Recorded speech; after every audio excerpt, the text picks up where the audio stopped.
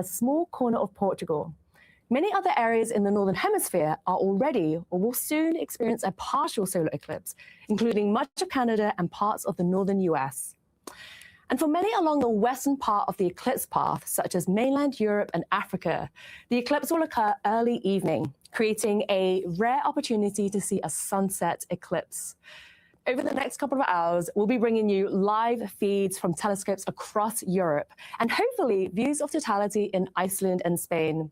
Thank you so much to our partners, Time and Date, Southern Illinois University, and Exploratorium for those views. During today's show, we'll be joined by experts to learn why celestial events like these ones are important to study, document, and experience. And I have an important reminder on that note. When watching a partial solar eclipse, you must always use the right protection. You can use safe solar viewing glasses like these ones called eclipse glasses, or a safe handheld solar viewer like this, or you can use indirect viewing methods as well. Regular sunglasses, no matter how dark, will not work and are not safe for viewing the sun. So be sure to stay safe.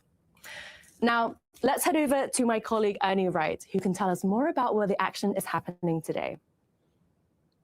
Thanks, Joy. I'm standing in front of the map that I made for the eclipse that we're going to experience today. We're looking down at the North Pole here, and the red stripe is the path of totality. Those are the locations that will experience totality today. As we animate this, you can also see the much broader penumbra shadow. That's where the partial eclipse occurs. But here comes the umbra shadow. That's where totality is happening inside that little oval. It passes over the east coast of Greenland, the west coast of Iceland, and across northern Spain, where, as Joy said, they'll experience an eclipse within an hour of sunset. So they should have lots of opportunities for really beautiful photographs. And then as the eclipse progresses and that umbra disappears, West Africa will also get an opportunity to see a partial eclipse as that penumbra shadow sort of slides off the edge of the Earth here. Now, as we zoom up and look at Iceland and Spain, Reykjavik is here in that southwest corner of Iceland. We're kind of crossing our fingers for them because it's a little bit cloudy there right now. That umbra shadow is traveling over 2,000 miles an hour as it passes through the path and crosses the North Atlantic. And then it runs into Spain here, where we expect more than 15 million people will be watching this eclipse. Some of them on the beach in Mallorca right before sunset, so they should get some really beautiful photographs over the mountains to the west. Now, the situation in the US is going to look like this. That yellow line is the southern limit of the partial eclipse. So folks south of that line, you're not going to see an eclipse today. But if you're north and east of that line, you may already be starting to see the partial eclipse. It takes 2.5 hours for that partial shadow to pass all the way across the United States. So it's not like totality. You don't have to run out there at the exact moment. Some places will have a partial eclipse that lasts for almost 2.5 hours. Others, maybe just an hour. So this is the situation right now. Montana, your eclipse is over. The shadow is passing out of North Dakota, but Minnesota, Wisconsin, Michigan, you're in it. The Northeast is also in it.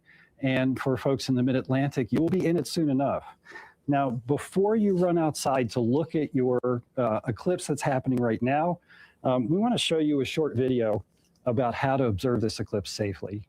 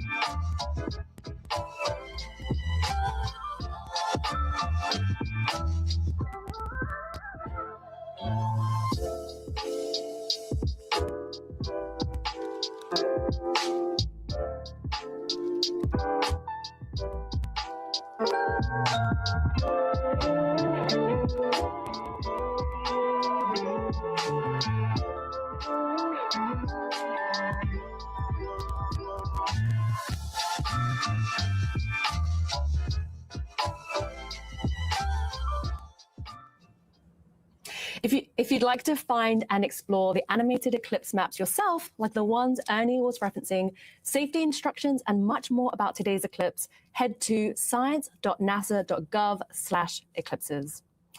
So next, I'd like to introduce our first guest here in the studio. We have Dr. Kelly Corrick, who is one of NASA's heliophysicists, who studies the sun and its effects across the solar system. And she's also studied the sun's corona in great depth. Thank you so much for helping us kick off today's coverage. It's great to be here, Joy. So let's talk about why we don't always see eclipses on Earth. We've got this awesome model here called an Ori. So using this, can we talk about their orbits and why we don't see it every month? Yes, so here we have the sun, the moon, and the earth. And as we move, we can see that the moon is not exactly on the same line that we have with the sun. So the earth can view the sun pretty well, but when we get it to about here, we can see that sometimes, maybe a little further, sometimes it lines up perfectly so that we're able to have that eclipse. And that's when we have that eclipse. So that 5 degrees off ends up not having an eclipse every new moon. Okay. And so today's eclipse will travel across Europe for the first time since 1999. Can you tell me, why does that region not experience eclipses as often? And what is it that makes this eclipse unique? Right. So this eclipse is unique because of the fact that it's near sunset. It's also the fact that Europe doesn't get as many, just simply as to the location, and any place on Earth, really, it's about 300 to 400 years between the time you get eclipses. So there's a lot of ocean on the Earth that we just don't, it just doesn't go over land. Plus with the angle, it tends to move very quickly and pass in and out, so they don't get a lot of eclipses. And again, it's super special being near sunset. So being able to see a sun setting being eclipsed, it's going to be really awesome photos. Okay. And I've also heard of eclipse seasons. Can you talk a bit about that? Yeah, so an eclipse season, when an eclipse happens like this, that lineup means that you're going to see the solar eclipse, so either a partial, annular, or total, and then you're going to see a lunar eclipse about 2 weeks later. So in about 2 weeks, we'll be able to enjoy the orientation where the Earth is actually casting the shadow on the moon and having a lunar eclipse. So that's the eclipse season. Oh, fantastic. And I know Europe is going to have another eclipse happening in 2027, which seems to be a lucky few years for that region. Yeah, definitely lucky. And it's going to be a wonderful eclipse, and actually the longest eclipse of the century. So it's going to be 6 minutes and 28 seconds. So that's a very long one. Great for scientific investigation. Wow. And so eclipses can occur somewhere on Earth roughly every 18 months or so. Yes. So why is it that NASA continues to study solar eclipses? Because every eclipse is a little bit different. The sun changes as it rotates or changes its 11-year cycle. The Earth and the area of the Earth that it covers is different. So we make sure that we study it each time. Fantastic. Thank you so much, Kelly. Thank you, Joy. So throughout today's coverage, we'll be joined by other NASA experts like Dr. Kelly Corrick, who can answer any of your questions that you have about solar eclipses, the science we're doing, and all the other activities you're hearing about today. You can ask your questions in the chat on YouTube, Facebook, Twitch, and Instagram, or tag @NASA wherever you're watching. We also have questions we want to ask you today. So if you want to head over to NASA's Twitch or Instagram stories and take a look at the poll we've got for you, you can participate and answer those questions. And so before we go on, I just want to point out that you may have noticed a clock counting down in the upper left corner of today's show. We'll have 2 different countdown clocks displayed over the course of the next hour that will let you know how close we are to the first instances of totality in the telescope views we have in Iceland and Spain, respectively. Those are the 2 locations where we hope our telescope partners will be able to capture the best views of the sun being totally eclipsed by the moon. We're tracking totality in Reykjavik, Iceland at 1:48 p.m. Eastern Time, or 5:48 p.m. local time, and that will last about a minute or so. And then we're going to set our sights to Leon, Spain, for totality there at 2:28 p.m. Eastern Time or 8:28 p.m. local time. And the eclipse there will be about 2 minutes long. So there's a lot of science taking place during those fleeting moments of totality today in Iceland, and we have experiments on the ground and in the air. And in the view looking at right now, there's a camera that will be capturing the view of the sun's corona when it's time for totality. When totality hits in Iceland, the planes are going to be chasing the moon's shadow for as long as they can. They're going to be studying the sun's corona, where the skies will hopefully be clear up there. The plane took off from Keflavik Airport about an hour ago, and then we're going to be talking to the science team live from Iceland very shortly. Before we do that, let's learn more about what it's like to be a NASA pilot in those eclipse experiments. For most people, a total solar eclipse lasts just a few minutes. But NASA's pilots find a way to make it last longer by trying to outrun the moon's shadow with an airplane. The truth is, it's actually chasing us. We get out in front of it and let it overtake us. Once we're in totality, then we'll advance the throttles to max and try and stay in totality for as long as we can. Making that happen takes extreme precision. Scientists calculate exactly where the airplane needs to be at each moment. We do a lot of missions where being in the right point in time and space are critical, and this is one of them. On Eclipse Day, the WB-57 aircraft climbs more than 50,000 feet into the stratosphere. That's above most of Earth's atmosphere, where clouds, dust, and water vapor could obscure the view. Viewing an eclipse from 50,000 feet provides a really clear shot of the sun. And that allows the scientists to have confidence that the data that they're seeing is from the sun rather than distortions from the atmosphere. When the moon's shadow arrives, it engulfs the aircraft. It's weird. Right where you're at, it's dark, but everywhere you see, it's twilight. And the temperature in the cockpit drops, so it's very noticeable. As the eclipse unfolds, the pilot keeps the aircraft on course, while the sensor operator fine-tunes the cameras, capturing every second of data. You're very, very, very busy, and it's very high pressure because, of course, there's no do-overs. You only get one opportunity to get all these instruments trained on the right spot. For the aircraft crew, it's a chance to witness one of nature's most spectacular events while helping scientists better understand our sun. I'm sitting in the best seat in the house. It's pretty exciting.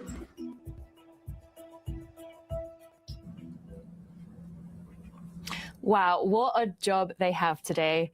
For this eclipse, the WB-57 aircraft has a camera on the nose of the plane that will be capturing images of the sun's corona.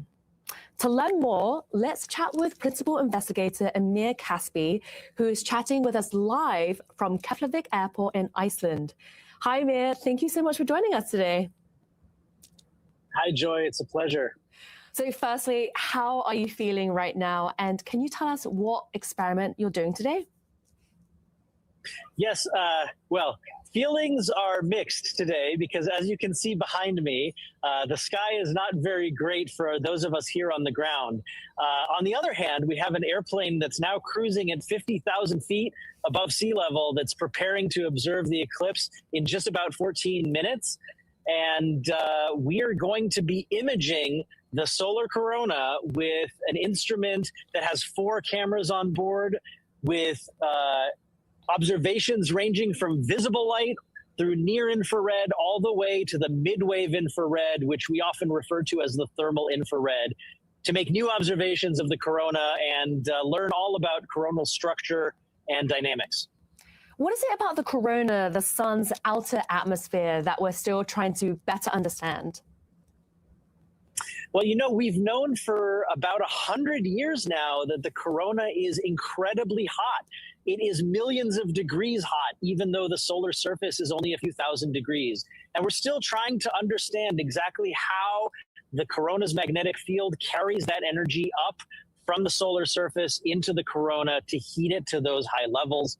Our observations today will open new discovery space with wavelengths that are very rarely observed, that will allow us to apply physics models to better understand how that corona is heated. We'll also be looking at the structures of prominences or material from lower down that's kind of suspended in the corona that we're still trying to understand. especially in these infrared wavelengths where we don't have a lot of observations. And all of this will also help us to understand, of course, the sources of space weather that affect us here on Earth. And so I know you flew this experiment and a similar one during the 2024 and 2017 total solar eclipses. What did you learn from those eclipses? And are you making any changes to your experiment for this eclipse? In 2017, our first attempt at this kind of observation, we didn't even know what we were going to see. And measuring in the midwave infrared revealed new observations and new measurements that I think opened up the possibilities of lots of future experiments to try to better understand this emission from the sun. In 2024, we flew an upgraded instrument, the same one that's flying this year. It has 4 cameras measuring across 9 different wavelength bands. And we learned quite a lot, although we're still analyzing that data. So I don't have any results to share with you right now, except to say that we saw some amazing structures, and it'll be very interesting once we complete our analysis. Yeah, I'm looking forward. For this year, we're flying the same. Oh, sorry, go ahead. No, go ahead.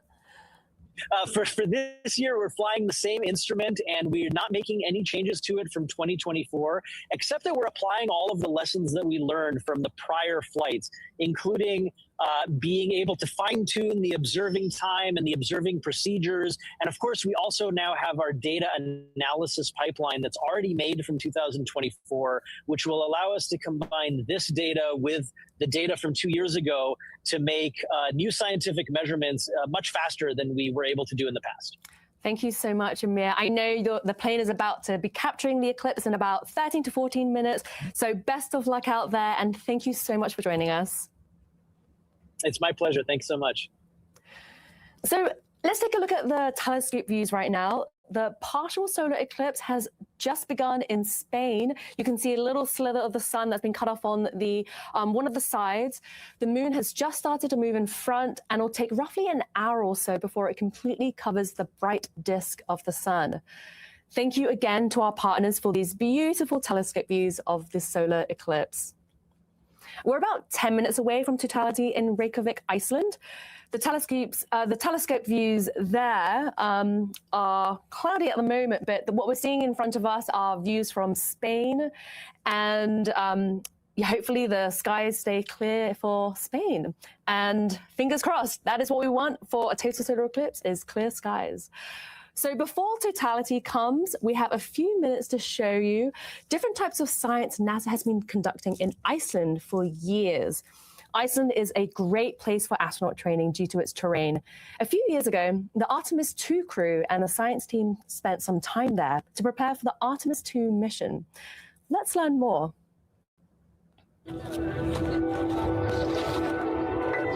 Iceland is a really wonderful place. It's a great place of interest for geologists, but it's also a wonderful analog. On Artemis, we'll visit the lunar South Pole, we'll make observations from orbit, and we have a whole new set of science questions that we hope that Artemis astronauts will help us answer for the Moon and Mars, which are, of course, planetary bodies we're really excited about for human spaceflight. Specifically for the Moon, we have features here in Iceland that are geologically relevant to the Moon and also just have a sense of scale and a sense of identity that really mimic what we know the lunar surface looks like. There's a reason Apollo astronauts trained here, and there's a reason we're bringing Artemis crew here now. This is just a really wonderful place to learn about processes that shape the Moon and to really understand what it feels like and what it takes to actually navigate and do an EVA or a spacewalk on the lunar surface. In Iceland, we are doing field work. We're training crew members. This is a key location for training for Artemis crews. Here we see in real time volcanic features that were created not long ago. It's a real special place for doing training for geology. I'm here in Iceland training the Artemis II crew in geology. There's really transformational science that we can learn by getting boots back on the moon, getting samples back, and being able to do field geology with trained astronauts on the surface, making observations that only they can make from that perspective. Everybody start to see maybe softball size, like. It's a fantastic place here in Iceland to be able to train geology. Also, navigation skills are another big component of what we're doing out here in a beautiful environment like this, out here camping in the highlands of Iceland.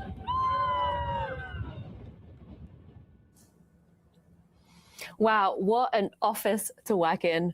So later on in our coverage, we're going to be taking a closer look at the student ballooning experiments as well. And that's been taking place in Iceland for the past 24 hours. But now we're going to be chatting with Marie Henderson, who is the Artemis II Lunar Science Deputy Lead. She has experience training in Iceland and has a key role in the Artemis II Lunar Flyby data collection.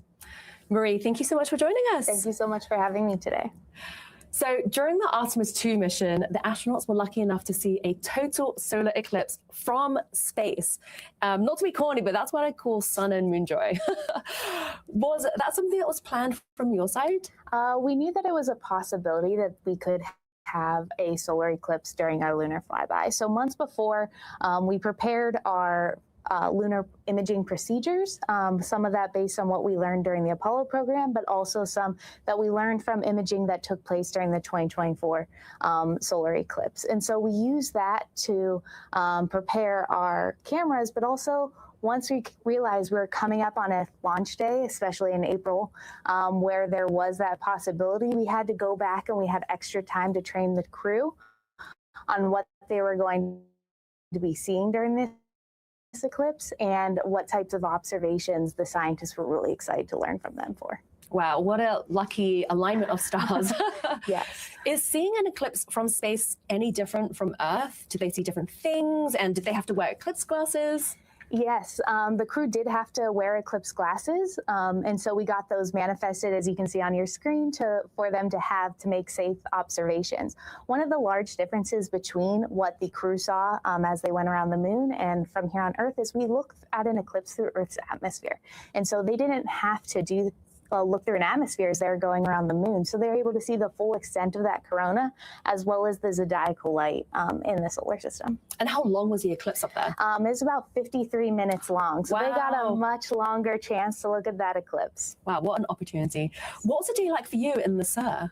It was a very exciting day. This was not something that we really knew exactly how it would be. And so we had just had a beautiful lunar flyby of the illuminated portions of the moon, and then we turned to watch this eclipse. And the descriptions that we heard coming down saying that they were, this is sci-fi and they couldn't even imagine this glow. We didn't see that in our coverage, but once those images started coming down that night, it was mind-blowing to see exactly what they're describing. And I wish I was there myself. Same. Well, that's incredible. So Artemis 2 has just launched, and so we have Artemis 3 to look forward to. Can you tell me how you're preparing for that mission? Yeah, so Artemis 3 is a different type of mission. We're not going to be going to the moon. We're actually going to be working in Earth orbit. And so this will give us an opportunity to test our human landing systems, which will be the spacecraft that we take down to the surface of the moon. And so we'll work to hopefully dock with one or both of the human landing systems. But we're also going to have an opportunity to do a lot of science at Earth, because this will be a new, unique viewing orientation as well. Wow, what an exciting few milestones to look forward to. Well, Marie, thank you so much for joining us today. Thank you so much for having me. So if you've just joined us, take a look at these maps that we're showing you right now that's showing the path of the moon's shadow. You can see that it's close to reaching Iceland. We're about 5 minutes away from totality in Reykjavik. And over in Spain, you can see that we have about 45 minutes left until totality reaches them. So these are views from Villalobado in Spain that we're seeing right now. And if we switch back to the map, you'll see that the moon's shadow actually looks pretty slow as it's traveling across down towards Spain, but it's actually traveling at over 2,000 miles per hour. These maps were made by my colleague Ernie Wright. He used various NASA satellite data to create super accurate maps for us. If you want to view and download them yourselves, you can visit science.nasa.gov/eclipses. So now let's welcome back NASA heliophysicist Dr. Kelly Corrick. Kelly, how are you feeling about today's eclipse? I'm excited for everyone. And I know those clouds are a little worrying in Iceland. That's one of the reasons we had the plane, but also joyful to see the balloons that are going to be launched, as well as seeing it in Spain. So really excited. Yes, and I'm sure the NASA pilots must be excited as well in the plane. Yes, exactly. It's a great view. It really is a great view from that. So here we're seeing a live view from the WB-57 aircraft sensor right now. They're moments away from seeing the moon's shadow hit Earth and also chasing the eclipse. And we haven't actually seen the view of the corona yet from the nose, but they will be capturing images once totality hits Iceland. And on the right-hand side, we're seeing a partial eclipse from Norway, which is really exciting. So we have places across Europe that will be able to witness a partial solar eclipse. There'll be many, many people here that will be able to experience this amazing celestial event. So we're about 6 minutes away from totality in Iceland. Yeah. What do we expect to see right before totality? Right. So right before totality, we're in that partial eclipse that's going deeper and deeper, and you start to see things go dark. So even if there are clouds, it's going to get a little bit darker. The weather is going to drop too, because again, you've blocked out some of the sunlight, so you're going to get cooler. There's some wind that'll pick up. So the eclipses are really full body experiences. You might also notice that animals react as well. It's not just humans that experience this, but if there are any animals, they might start to pretend that it's nighttime or realize it's nighttime and start to kind of nest. And this is very unique for that part of the world because right now they're on almost 24 hours of sun. So they are going to be a little shocked by this. And so you'll be experiencing a lot of different things if you don't get to see the beautiful corona. Yeah, I'm thinking about everyone on the ground in Iceland right now. They may be seeing clouds, but can you tell me, how does the climate shift when an eclipse happens? Because I've heard that the weather can change drastically. Definitely. So from personal experience, in 2017, I was in South Carolina and there were thunderstorms. And during totality, it parted just around the sun and was able to actually fully enjoy the eclipse and see my first total. That was my first total solar eclipse. So there is hope that the clouds are influenced by that change in day-night, that eclipse that's coming through. So we're hoping that some of the winds and some of that changes could change things for Iceland. Okay, so we're seeing right now on screen a live telescope view from Spain, and that's because the telescope views in Iceland are obscured by clouds. But as Kelly mentioned, I'm hoping that the clouds will part and the weather will change for them. Anything can happen at this point, right? Right, anything can happen. And also, we'll talk about it a little later, but the balloon experiments, they are testing the atmosphere. The atmosphere of the Earth is still being affected, even if there is cloud cover, and that helps us with predicting weather models. So it's not just about the coronal science, which is something that I'm very passionate about, but it is also about understanding our planet and how it interacts with the sun and the light that we're getting from it. And you see, we're starting to see something in the WB-57. It's getting very close. They were sitting in there, so that's okay. Wow. Okay, so everyone who's watching right now, the right-hand box, you will see the live views from the WB-57 aircraft. That's where the NASA pilots are chasing the eclipse from the skies. So Kelly, can you tell me what are the benefits of observing the eclipse from up there? From observing up there at 50,000 feet, wow, okay, so I look at these are great. 50,000 feet, you're able to get above all the clouds. So they're above all the clouds, and we're able to, again, allow it to overtake us, so they get a few more seconds of totality. You saw that beautiful pink filament on the sun. That is something that Amir talked about, is that filament, that material that comes off the sun that can actually create space weather and affect our power grids here on Earth. It can affect our GPS. So if you ever use your maps to get anywhere, that's something that we need to understand to be able to predict. It also affects our astronauts, our dear astronauts, so making sure that they're okay. So those things are really important to study, and one of the reasons why we have the WB. But in the words on the right-hand side, you see that pink filament now on the WB-57 feed, which is on the right-hand side. And so you can see it in the NVIS area, now kind of right in the center. You're seeing that prominence. And so this is amazing data. And it might not look as crisp as we're used to. We're used to 4K down here. But this is really data a scientist can love, because this is telling us very specifically about part of the data. So it's like taking only a little part of the TV stream in and really getting the information about the iron or the oxygen or the specific composition of what that's made of. And if we know what it's made of, we can do more science with it. Mm-hmm. So we're about like a minute and a half away from totality in Iceland. And so we have a minute and a half for the clouds to part. So the sun view that you're seeing here, that is not of Iceland, but that is of the partial eclipse in Spain. Iceland is still being covered with clouds, but totality will hit them in about just a minute or so. And luckily, our airplane, the WB-57 aircraft, they're going to be getting clear views of the eclipse from the skies. So we're going to be seeing what the camera on the nose of the plane will be seeing in roughly 1 minute, which is so exciting for them. So exciting, yes, definitely. And you are starting to see some of the what would be a diamond ring effect. So those little pink things that you're seeing, this is happens when light passes through the valleys of the moon. So you don't have a perfect circle in the moon. It has those craters, and there's that diamond ring effect. Oh, wow. So yeah, so just absolutely beautiful. And that's when you still should have your glasses on. And when that ends, that's when we're able to do it. And I want to comment, this is an experiment, right? And so this is part of the reason why we're seeing kind of the arrows or the crosshairs go in and out. We are real time. This is real time live. Yeah. How science happens is that we are trying to make sure to make adjustments and make sure we're getting an image. Wow. Yeah. So we are 7 seconds down to totality in Iceland.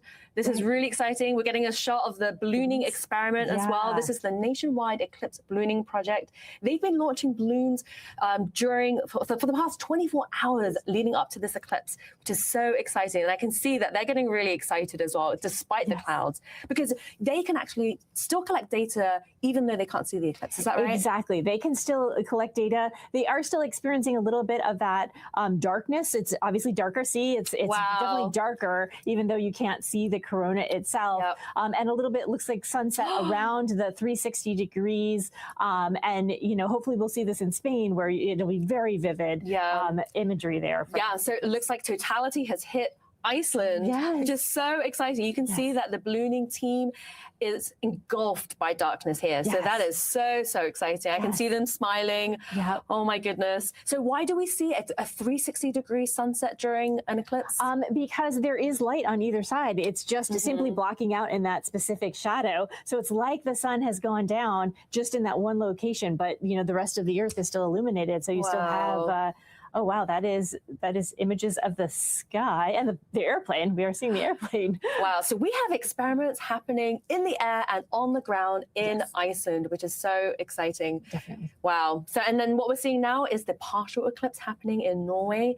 They will just be experiencing a partial, but in Iceland, they are experiencing totality right now. We have experiments, balloons capturing data in the skies, and also a plane capturing data in the skies as well. Yes, we do. And it's really interesting looking at the sun. There are some features, those lines that you see, the dark lines, those are magnetic features. And those, again, are the exciting things we want to know about for space weather. And so to better understand that. So the sun has given us some very interesting things to look at, and those experiments will really, really help us.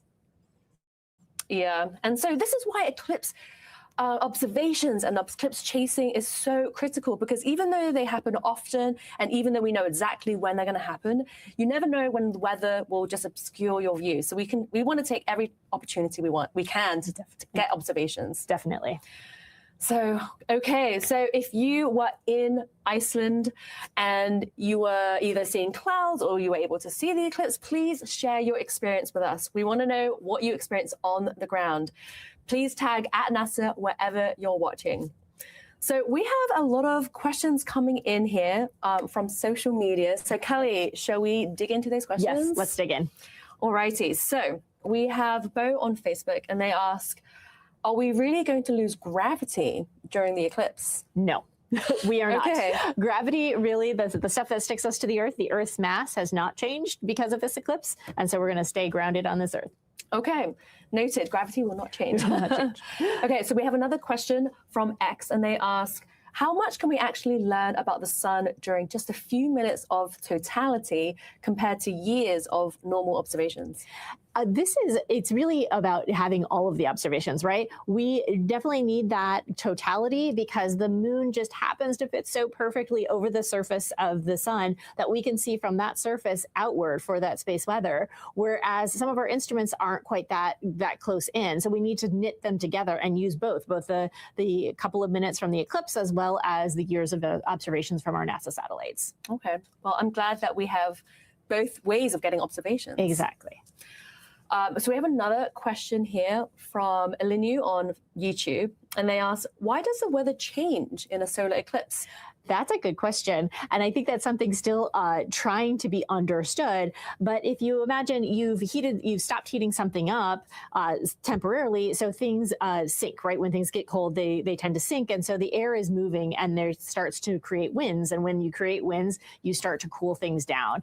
So the weather changes due to just turning on and off the light alone, because the sun is so important to us in actually regulating our weather. Wow.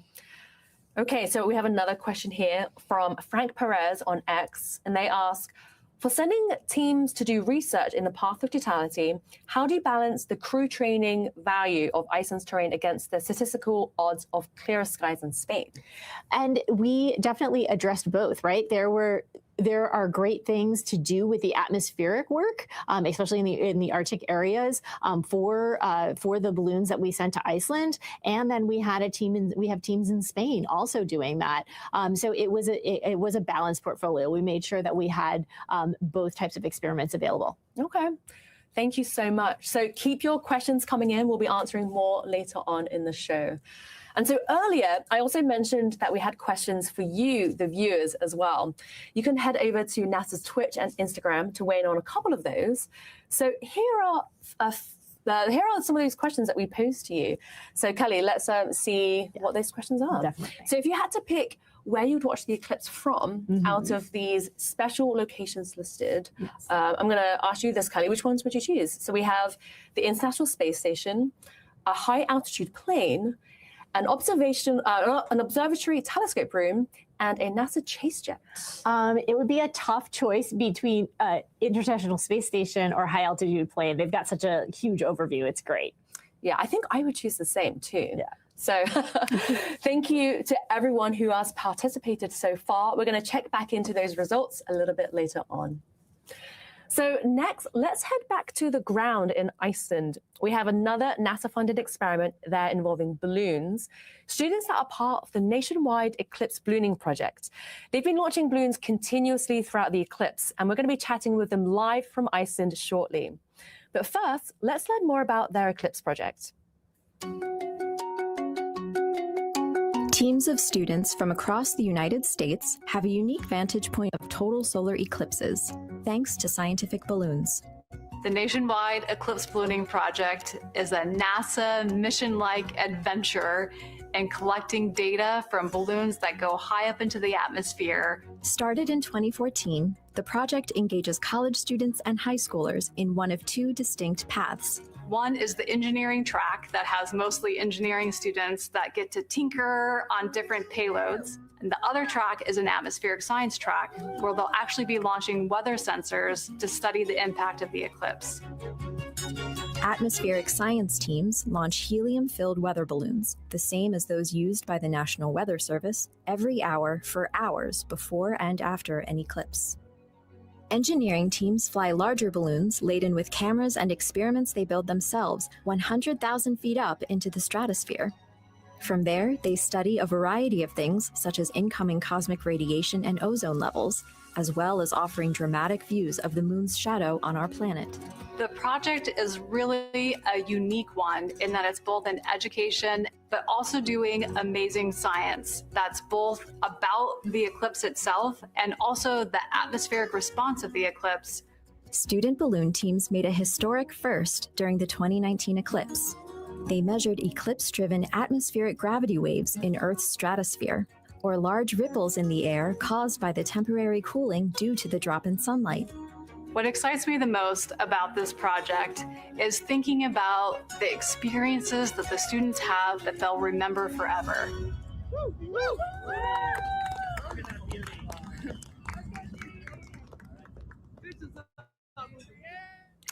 Talking to us live from Mosfellsbæ in Iceland, we have Jared and Tessa, who are part of the nationwide Eclipse ballooning project. Jared and Tessa, thank you so much for joining us. I know you just experienced the total eclipse in Iceland. How was that for you? It was awesome. I mean, it's definitely cloudy here, which is a shame, but we saw the lights dim. It was almost as if you were indoors and it was just, you were dimming the lights. It was almost instant, which is, I've never been in the path of totality before, so I've never seen anything like that. So it was really amazing. Yeah, the wind totally stopped. It was windy and then it just stopped. The birds, we had birds flying over us all day and then they just disappeared. So it was a little eerie, kind of creepy. Wow, that's amazing. I'm so glad that you could experience that, even though, you had cloudy skies. So tell me more about what you've been doing. I see you've got balloons launching in the background. What are you measuring with the balloons in Iceland? So we have some balloons that are measuring a lot of different things like temperature, pressure, humidity, wind direction, and speed. And this is supposed to gather the atmospheric changes during the eclipse. So normally during the day, air rises until it hits less dense air, and this is called the boundary layer. But during nighttime, when the sun is down, this air stops, and it's called boundary layer collapse. So that's exactly the same thing that happens during the eclipse, and we're using these radiosondes to measure the atmospheric changes, the boundary layer collapse, and then the recovery. And we're in Iceland not just because it's in the path of totality, but also its northern latitude and its shorter nights make a completely different boundary layer. So it's been a really cool opportunity to be able to study that under the eclipse, under this unique conditions. So you're both college students right now. How long have you been part of the project, and what made you want to join the project? Yeah, so we started this project at the beginning of June. So we've been working with our teams, respective teams, Tessa at the University of Kentucky, and then my team made up of students from across Idaho. And we've been meeting once a week, doing balloon launches, preparing, and really what got me into it was my ballooning club that we have at the University of Idaho. And we all just, we love the science, we love the teamwork, the team building, and so it's been a lot of fun. That's great. And so do you have any tips for students who are thinking about joining? Yeah, so my biggest tip would be to get involved. That was how I learned about this project, was through my club. The professor came to us and was like, hey, there's this really cool opportunity. And so you guys should put an application in. And then also just, what if you have internship opportunities and you see those, just put an application in. You never know what opportunity you could get. And then also I would say, if you have a class that you're really interested in, just talk to the professor, see if they need any help on the research, because it really gives you a good opportunity to apply your classroom knowledge to real life scenarios, which you don't usually get in the classroom. And you also never know what opportunities will arise, like going outside the country for the first time, like I'm doing right now. So, yeah. Oh, wow, that's amazing. Well, best of luck. I know you're launching continuously after the eclipse as well. So thank you so much for joining me, Tessa and Jared. All right, thank you. So the nationwide Eclipse ballooning project are also launching balloons in Spain as well as Iceland, and I can't wait to see their observations. So if we head back to the map, the moon's shadow is heading towards Spain right now, and we're roughly half an hour away from totality in León, Spain. For this eclipse, the moon's shadow is roughly 182 miles wide at its maximum width, and it's traveling at over 2,000 miles per hour. And so here we're seeing eclipse views as well in the bottom corner in León, Spain. And you can see the little bite that the moon has taken out of the sun. And we can't wait to see totality there. It looks like they have clear skies, which is awesome. And so if you are watching the solar eclipse from the ground, remember to wear safe solar viewing glasses or eclipse glasses, like these ones here. The only time you can take them off is during totality when you're experiencing it. If you're watching the partial eclipse in the United States, you can wear eclipse glasses the entire time. If you want to learn more about eclipse safety, head to science.nasa.gov/eclipses. So total solar eclipses give us a chance to study the sun's corona in greater detail, which helps us learn about how it behaves and affects us here on Earth. The sun is highly dynamic and creates conditions in space called space weather that can affect our technology, from GPS systems and communication satellites and airplanes, and even our power grids on the ground. But in order to better understand it, we have a suite of spacecraft that are monitoring the sun from different vantage points around the clock. So let's learn more about NASA's space weather program.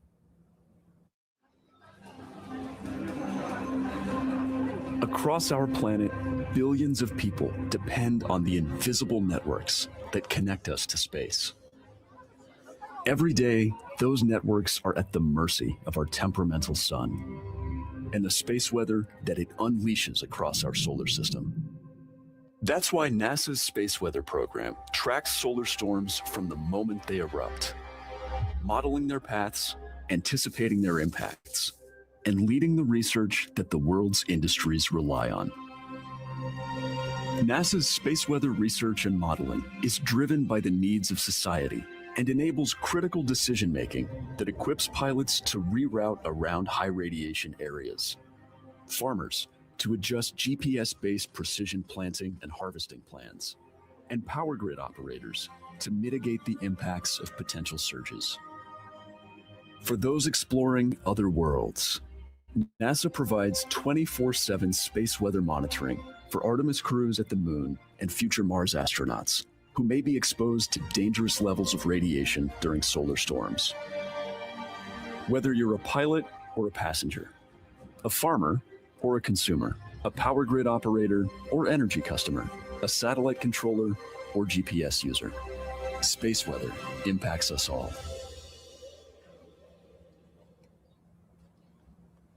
If you're just joining us, welcome to NASA's live coverage of today's total solar eclipse. We're roughly about 25 minutes away from hopefully seeing the first instance of totality in Spain. So stay tuned for that exciting moment. And so joining me in the studio now is one of NASA's space weather analysts, Karina Alden. Karina, thank you so much for joining me. Thanks for having me. So your role involves monitoring the sun in real time. Can you talk a little bit about what you do? Yes, of course. So what we do is we basically observe, model, analyze, and then we document it. And so what we're observing is usually those coronal mass ejections, or as I lovingly like to call them, sun burps. And we're measuring those, seeing where they go, and then we're modeling them to see what NASA missions or possible planets they impact. And then from there, we're documenting it and notifying NASA missions about potential impacts. And so we just learned a little bit about NASA's space weather program. Mm-hmm. How does monitoring space weather affect the everyday person? Yeah, so most of the time, the everyday person is going to see it in terms of northern lights. But what we do also see is some of that impact to the GPS as you're navigating. Sometimes it'll be a little wonky and you don't really know why, but that could possibly be due to some solar storming happening. And then we may also see some impacts to agricultural folks who are using tractor precision farming. And so back in 2024, we saw these huge solar storms.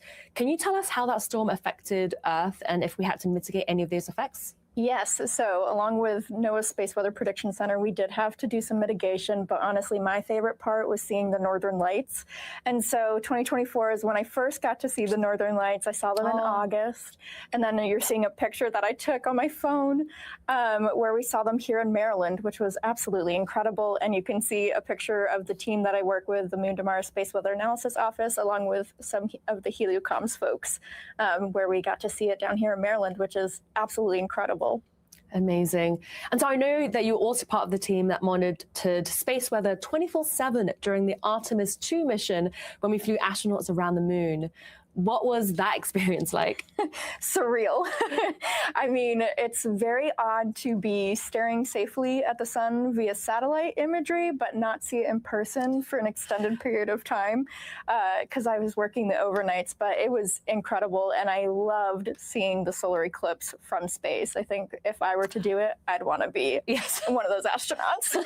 Absolutely. Well, thank you so much for joining us, Karina. Thank you. So next, let's hear from NASA Administrator Jared Isaacman and Head of NASA Science, Nikki Fox. My colleague Jasmine Hopkins caught up with them a few days ago to talk about why this celestial event is so important and what the 2026 eclipse can teach us about the sun. Today, I'm thrilled to talk all things eclipse with NASA Administrator Jared Isaacman, who's leading our vision behind science and why eclipses are so important, and Dr. Nikki Fox from our Science Mission Directorate, who will tell us what exactly is going on with the sun during an eclipse. Are you guys ready to talk? Absolutely. Okay, fantastic. Our opening question is for both of you. Just a couple months ago, we wrapped up the historic Artemis II mission, and now we're on the cusp of a total solar eclipse. Can you describe in one word how you're feeling right now? Excited? He took my word. Okay. Excited is the right word, because when you saw that total solar eclipse from Artemis II, it was so spectacular and nobody was ready for it, even people who see total solar eclipses all the time. And so when you saw that, it just brought the beauty of space and the beauty of the science we do into such clarity. I think NASA is one of the only places where we can see a solar eclipse from down here on Earth and then from the other side of the moon. We study the sun all the time. It's one of our main things that we study in NASA science. We look at it in all different wavelengths. We look at it from all different vantage points to be able to predict when these really large radiation storms are going to come towards our planet, because we want to make sure our astronauts are safe. The eclipse just gives us even more opportunity to study that sun just a little bit more, to really make those big breakthroughs to keep our astronauts safe. All right, next is for both of you. If you could witness a solar eclipse from anywhere on Earth, where would you choose? Anywhere that doesn't have clouds. Having been clouded out for the last eclipse, I will say I will go anywhere that there's no clouds. Look, Iceland is very cool in Spain, a lot of the observation locations for this one, but in Egypt, in the Valley of the Kings, is going to be an amazing backdrop. And that is going to be the longest total solar eclipse of the 21st century. It is over 6 minutes. To stand in somewhere ancient is particularly moving. What's the one thing you want people to walk away understanding about why studying eclipses matters? I think these kind of magical events, I would very much describe that eclipse as a magical event. Maybe it creates a spark in who knows how many people around the world to look up, imagine what's possible, and then grow up and start contributing in this great adventure that we're on. Remember that Einstein confirmed his theory of relativity using an eclipse.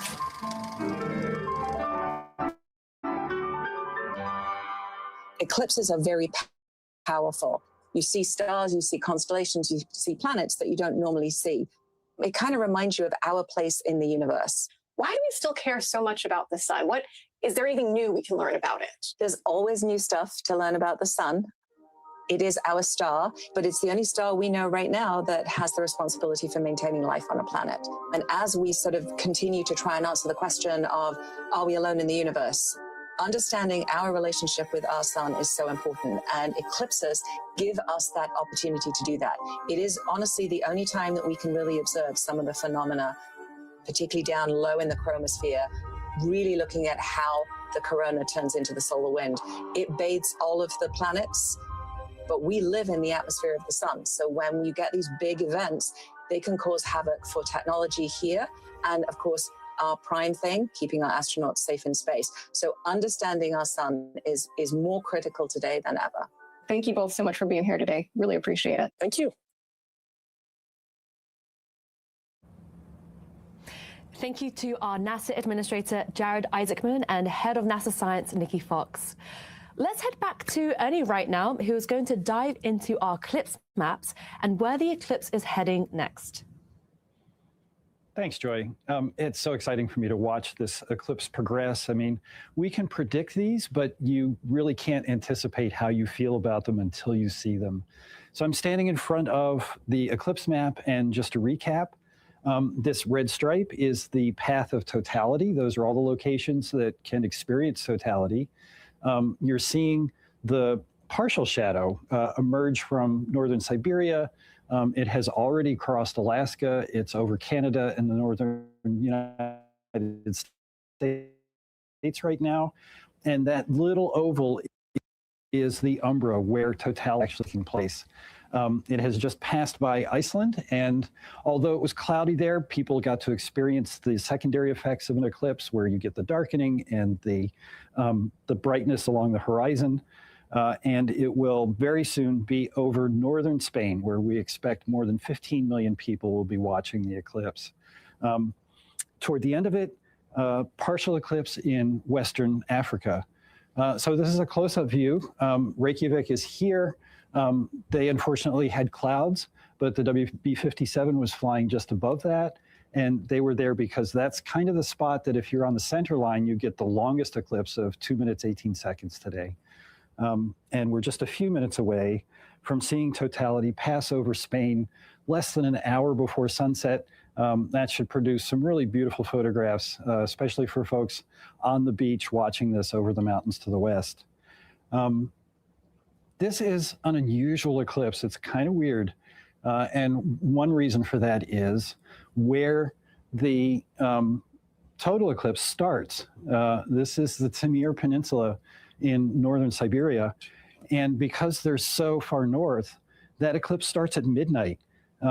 They are well above the Arctic Circle, so the sun is up 24 hours a day.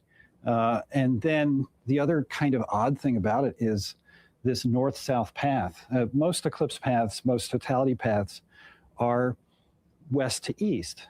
But this one, because it's so close to the pole and because of the orientation of the Earth and the fact that it's a descending node eclipse, it's starting in the north and going to the south and then suddenly making this left turn into Spain. So we're looking forward to seeing that total eclipse in Spain where the weather looks great.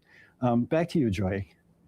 Thank you so much, Ernie. So we're about 15 minutes away from totality in Spain. The view we're seeing here is from Leon, Spain. And I want to say thank you again to our partners, Time and Date, Southern Illinois University, and Exploratorium for providing these stunning telescope views of the solar eclipse. This is really, really exciting. They have 15 minutes left until the sun is completely obscured. Luckily, Earth is not the only place you can experience a total solar eclipse.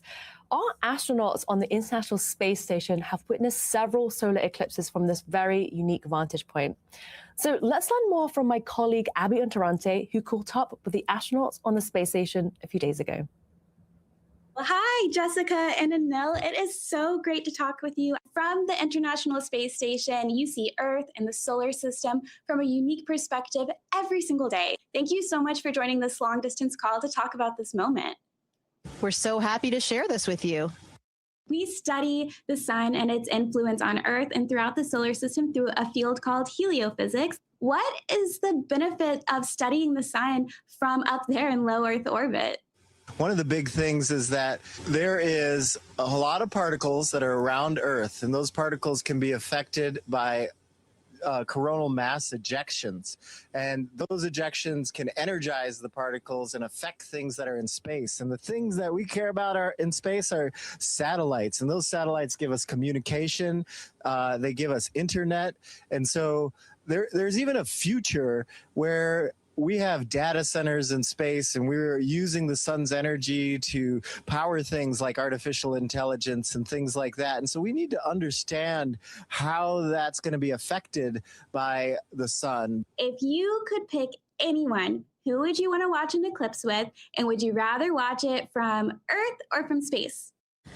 This one for me just reminds me of one of my mentors from graduate school, Jerry Koyman, and he and his wife, they are eclipse chasers. So I think if I could share it with one very special person, somebody that played such a role in inspiring me and helping fuel my scientific curiosity and helping me be a successful scientist, it would be to watch that with Jerry, and it would be to watch it from up here, because I know he has never seen one from the International Space Station. I was going to say something similar. I would love to watch it with my kids because it was such a unique experience for me. When it happened, the animals, the birds got quiet, it got dark, it almost felt cooler, and I think they would really love it. Anil, I know you just arrived. Is there anything that you've seen out of the cupola or the wharf that surprised you since you've arrived? Here's the most surprising thing. On the launch, you have a chance to look out of the window of the spacecraft as it's docking with space station. And when I looked out the right window, I saw this bright, shining thing, the International Space Station. I knew it should be there in space, and we were tracking it, and a lot of people did all the math and engineering to get us there. But it just was something that was just hard to comprehend at the same time and utterly beautiful. It's this merger between art and science. The best part about that moment was we were all inside the space station, very anxiously awaiting Anil and Pyotr and Anya's arrival, and we could hear the communications coming from the Soyuz. The Soyuz was, of course, talking to the ground. All of a sudden, we heard Anil's voice, and he said, I see it. I see the space station. It just made everybody smile and made everybody so happy because we remembered that moment for ourselves when you see it for the first time, and it doesn't even look real. It looks like a little computer animation or something, and it's so small, and then it just gets bigger and bigger and bigger, and then suddenly it becomes your new home. Thank you so much. It has just been a pleasure to speak with you both. We really appreciate you taking the time. Thank you, Abby. It's been wonderful speaking with everyone today. So keep looking up, and we'll be waving at you.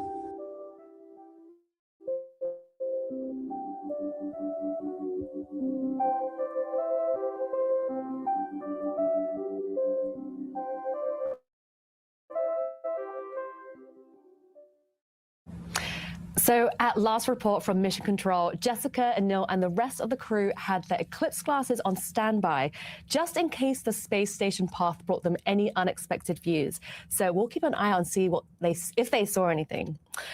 But we did just get something new come in. So a short while ago in Hodgson, Maine, in the US, one of our NASA photographers actually caught the International Space Station flying across the sun during the partial eclipse.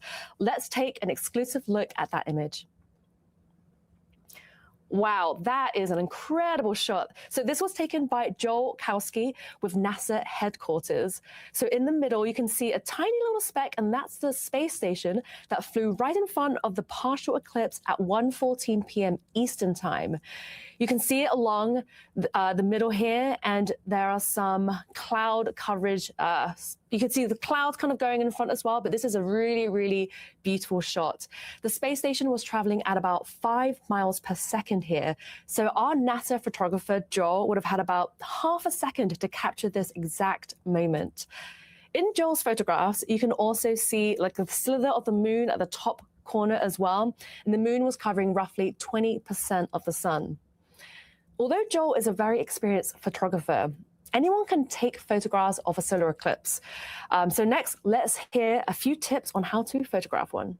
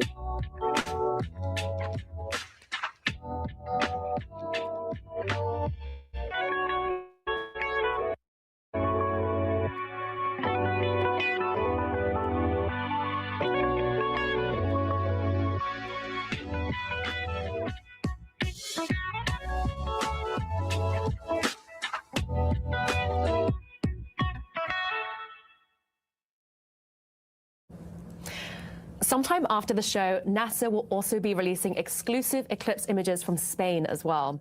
This is where our NASA photographer, Bill Ingalls, is hoping to capture the eclipse near the horizon. We're about 7 minutes away from totality in Leon, Spain, which is so exciting. This is some of the crowds there that we're seeing. You can see that the darkness is looming. It's not quite totality there yet, but they are almost there, which is awesome. So now I'm joined here by NASA's heliophysics director, Joe Westlake. Joe, how are you feeling about today's eclipse? Oh, super excited. Super excited to see it and to share our science, NASA science across the world. So if you're watching from the ground and you don't have eclipse glasses, there are actually many ways to watch an eclipse. These are through indirect viewing methods. So Joe, do you want to walk through some of those methods with us? Yeah, so these are super cool. This is stuff that you've got at home and things that you can use to help you view an eclipse safely without your glasses. So here we have just a standard colander, right? What you would have in your kitchen. Maybe clean some, berries or whatnot with it. And I'm going to demonstrate how you would use this to look indirectly at an eclipse. Okay. You're using the light of the sun as it would filter through this colander, and let's demonstrate together. Here, okay, Joy. So yeah, if you could hold that. Do you need a piece of paper? You don't need a piece of paper. Okay. You can just have it on the ground, something light that you could see. Okay. I've got a flashlight that's sort of demonstrating what an eclipse would look like. It's got a little piece of foam there that'll show. So let's shine our light. Let's do our sun, and then show it as it would hit the this colander. And what you can see there is these nice little crescent moon shapes, which are showing the eclipse on our example paper here. So that would usually be a bunch of circles, like if you took this out during regular daylight. Here in the US, you would see just a little sliver gone. Over in Spain, of course, they would see these beautiful little crescent moon shapes. So you don't want to be looking through the colander, but you want the sun to be shining through it. Absolutely. Okay. Right. Gotcha. You want to use this as your light filter for you. And the cool thing is you can use this, but you don't have to use this. There's lots of other possibilities. So you can actually take your hands, right? Like this. Okay. Spread your fingers out. Yeah. Hold them over top of each other. And you make little pinholes yourself when you do that. Okay. Right? And when you do that, you can actually see through and be able to see the eclipse in the same way. Right? So that's a cool way to do it. And then on top of that, let's say you're taking a walk in the woods. Well, the leaves of the trees actually make these kind of pinholes all over for you as well. When they do that, you get this beautiful, constant crescent moons and everything everywhere. One of my favorite ways to see an eclipse. Thank you so much, Joe. And so today's eclipse, August 12th, also lands on another special day. So on this day in 2018, NASA's Parker Solar Probe launched into space to study the sun's corona up close. Joe, can you tell us a little bit about that mission? Yeah, what an incredible mission. This is humanity's opportunity to actually touch our star, right? We flew a mission, Parker Solar Probe. It's still up there. It's still operating. It's still taking great science.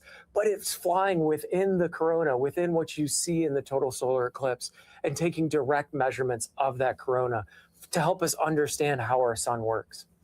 Amazing. So we have a lot of questions coming in from social media, and we have time for just one, Joe. Great. So let's dig in. Kyle asks, it seems to be that there are a lot more solar eclipses happening the past few years. Did something change? Nothing changed. The geometry of the sun, the moon, the earth is the same. But one of the cool things about our technological society today is you get to see many more of these things, whether it be because of social media, because of, people have access to cell phones, or just the accessibility of travel and being able to go to these different places.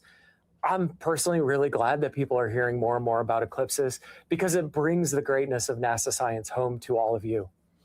Thank you so much, Joe, for doing this demonstration and for being with us here today. Thank you so much, Joy. So now let's head back to the eclipse map where we're going to see the eclipse in real time. So as you can see in the bottom part of this video, the moon's shadow is just about to reach Spain. We're about 3 minutes out from totality hitting Spain. Leon, Spain is going to be experiencing totality, and it will be getting about 1 minute and about 44 seconds of totality, which is so exciting. The path is going to be hitting several other towns as well, such as Mallorca and Villalobado. And the view that we're seeing right now is of Leon, Spain. And even though totality hasn't occurred yet, you can see a tiny little filament or prominence, sorry, on the one side. Okay, so remember to be safe when watching a solar eclipse. You have to be wearing safe solar viewing glasses or use an indirect viewing method when viewing when this moon hasn't completely covered the sun yet. You can only look at a total solar eclipse during totality when the moon is completely blocking the sun. So back in the studio, we have Kelly with us again.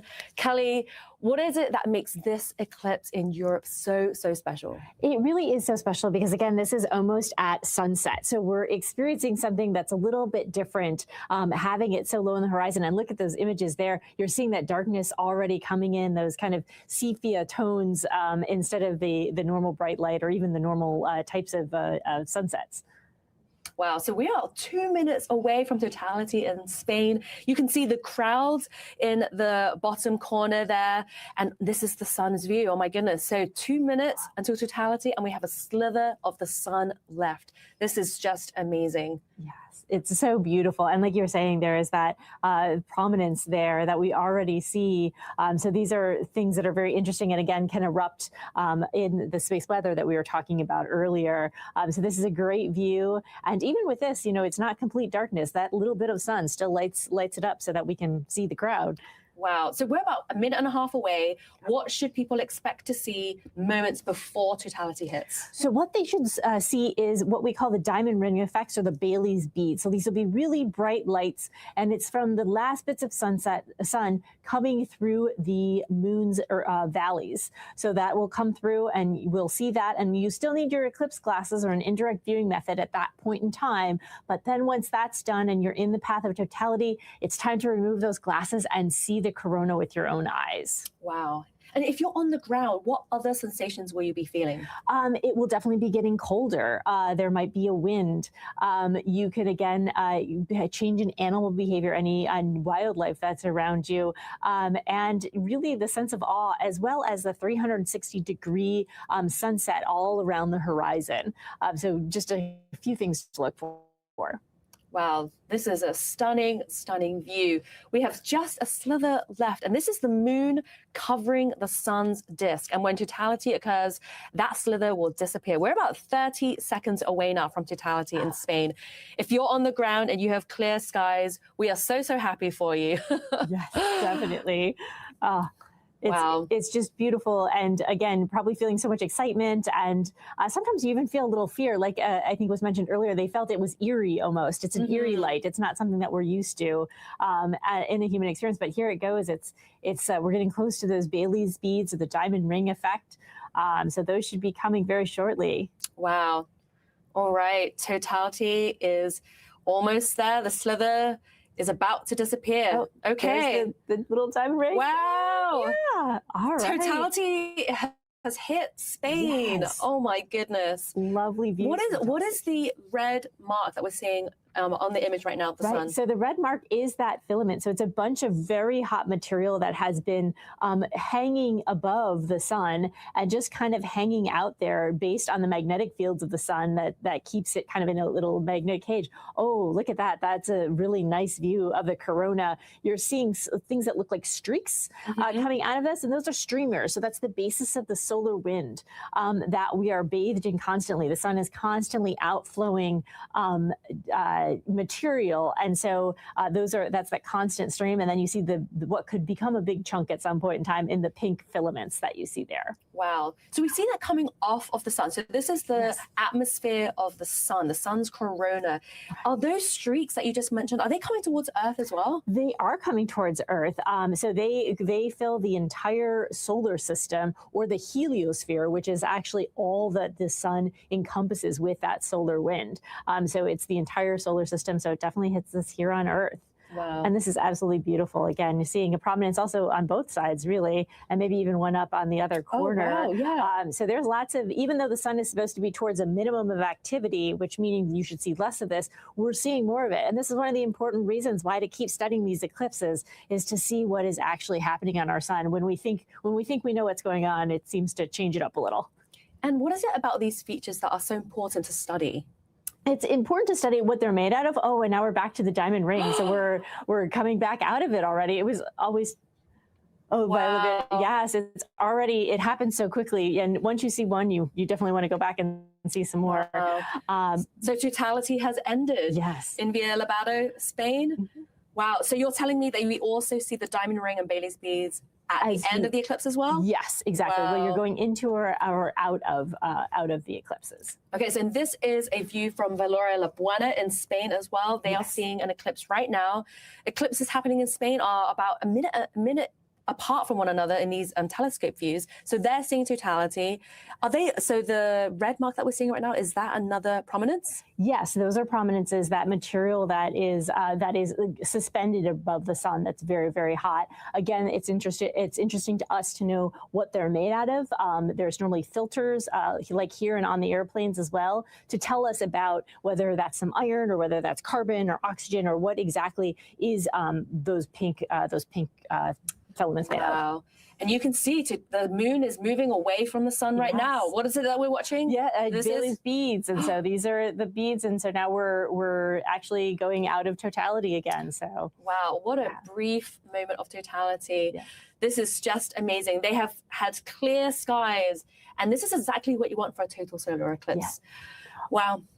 This is Mallorca in Spain. Yeah. Oh my goodness. This is stunning. Wow. Yeah. Look at that corona. That why is it so much clearer? Why is the corona so much clearer during a total eclipse? Yes. Yeah. So it's so much clearer because you're taking away all the bright light from the face of the sun. The sun is very, very bright.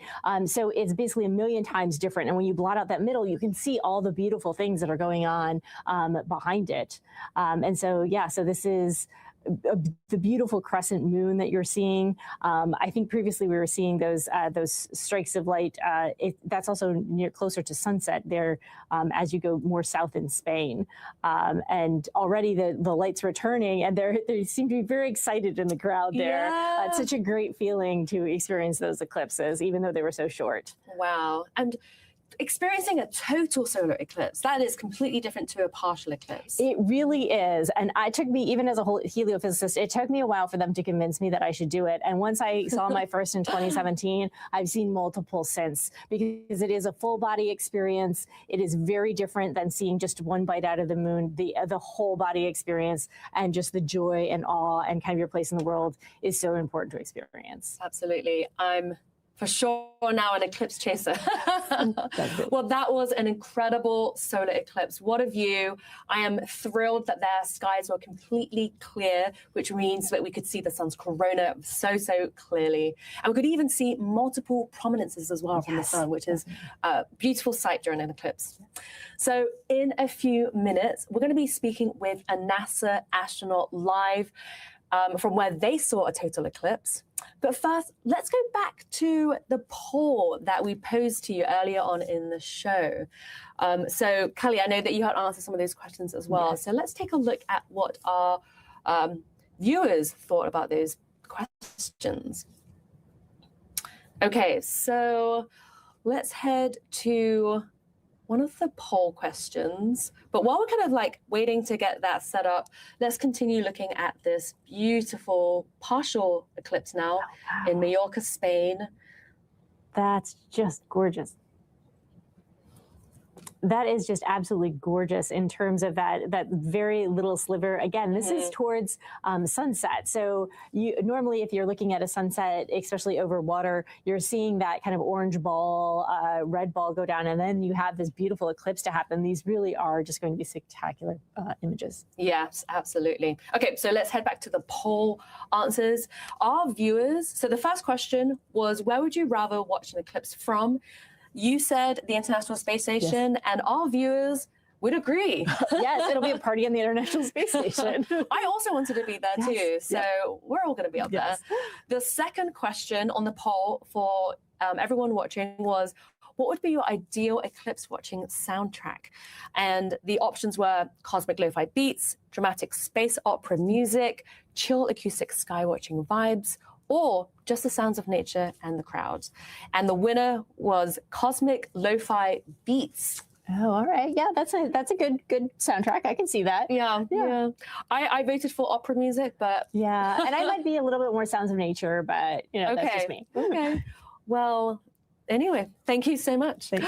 So although totality is over, the partial eclipse will still be visible for the next hour or so. Remember to stay safe while watching the rest of the partial eclipse by wearing eclipse glasses or by using an indirect viewing method. And so if you want to learn more about eclipse safety, go to science.nasa.gov/eclipses. Okay, so next, we have a very special guest calling into the show live. NASA astronaut Don Pettit just witnessed the total solar eclipse from Alcañiz, Spain. Don, can you hear me? How are you doing? I can hear you loud and clear, and I'm standing out in Alcañiz, Spain, just in awe from looking at the totality phase of this eclipse. Wow. So how are you feeling? I know you just finished watching the eclipse. How are you feeling right now? What did you experience on the ground and what did you hear? Were you surrounded by crowds at all? The sky is exceptionally clear, and there's hundreds of people here, and that's part of the eclipse. It's not being off by yourself, it's being with a group of people, the people that live in Alcañiz, the group of people that I'm here with, and experiencing this amazing celestial event all together. Amazing. So people might know you for your incredible photos and videos from your multiple trips to the International Space Station. Did you take any photos during this eclipse, or did you put your camera down for this one? Oh, no. What I do is the same thing for launches. You set a camera up on automatic, and you get whatever you get from the camera, and then you stand back and you watch the launch, or you watch the total eclipse. They're both kind of in the same category in that they only last a couple minutes in terms of what you could see, and it's better to view them through your own two eyes than through the viewfinder on a camera. Okay, good tip from a NASA astronaut. So how did the experience watching this from the ground compare to watching an eclipse from space, which I know you've done a few times? I've had the opportunity to see two solar eclipses from space. And in space, you look at the shadow projected on Earth. You don't look at the sun itself. And the shadow has all the detail that the classic astronomers from hundreds of years ago predicted. You see the umbra, you see the penumbra, you see the shadow moving over Earth, and it's a vantage point from space that you can't see from Earth. Wow. So lucky. And I know you've seen a lot of other beautiful phenomena in space, like the aurora and air glow.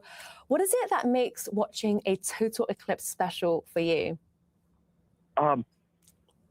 It's the whole package that comes with a total eclipse. It's the shadow phenomena that happens around you. It's looking at the corona around the sun. It's experiencing the reaction of all the people you're watching it with. So it's a human emotional event, as well as much physics and natural phenomenology as you want to add to the mix. Wow. Well, thank you so much, John. Any parting words? Just get out and watch an eclipse, whether it's a total eclipse or a partial eclipse. They happen. Lunar eclipses happen. Get out and look up at the sky and think about what's going on and smile. Thank you so much for joining us live from Spain. We're so grateful you could share your absolutely amazing solar eclipse experience with us. You all take care. Wow, Kelly, it's amazing to hear someone as passionate and knowledgeable as John. Yes, it really is, that he's seen so much and he still is so passionate about the eclipse here on Earth. It just really tells you you have to see this thing. Absolutely. So if you're looking to catch the next total eclipse, you're in luck because we have a few special ones coming up. Kelly, can you run through them with us? Yes. So next year, there is going to be an eclipse that happens in part of Spain, throughout the Northern Africa, through the Middle East. And that's going to be the eclipse of the century, the longest one of the century. So it's 6 minutes and 28 seconds. That's going to be a very long one. And then in 28, we're going to have the eclipse over Australia and New Zealand. So these are going to be great scientific experiments as well as amazing experiences to experience on the ground. Amazing. And what about the United States? The United States, well, the next one where we'll have totality is 2044 in Montana and North Dakota, and then 2045. So it's going to be a while before we go California through Florida across the entire continent. Amazing. So if you want to learn more about solar eclipses and NASA science, you can head to science.nasa.gov/eclipses. So Kelly, thank you so much for joining us in the studio today and answering all of our questions from our viewers. I also want to thank our guests who joined us in the studio and on the ground as well. And especially to our telescope partners and everyone who looked up with us here today. And so I think we may have some eclipse pictures from the International Space Station. I'm going to see if we can grab them now for you. If you can't, we'll be releasing them shortly after the eclipse. We're going to be posting them online soon after the eclipse, but yes, we're happy that the space station astronauts were able to see the eclipse from space. So we have something else exciting happening in just a few weeks. NASA's Kennedy Space Center Launch Complex in Florida will become the next launch site for the Nancy Grace Roman Space Telescope. This is a one-of-a-kind observatory that will help answer essential questions about dark energy, exoplanets, and much more about our solar system and out to the observable universe. The launch is currently no earlier than Sunday, August 30th. We're so excited for you to join us next time as we follow another historic mission in space exploration. Every discovery begins with a new way of seeing.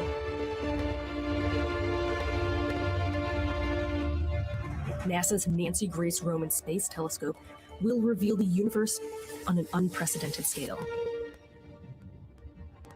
With its powerful, wide-eyed view, Roman will map vast regions of the cosmos, seek the hidden influence of dark matter, and uncover the mysterious force driving the universe's expansion.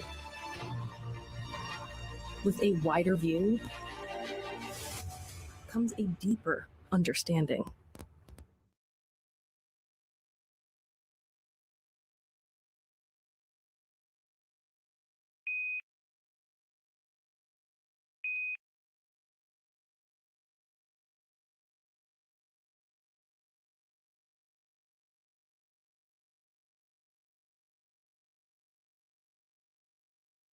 Dolor abdominal. Iberogast. Inflamación. Iberogast.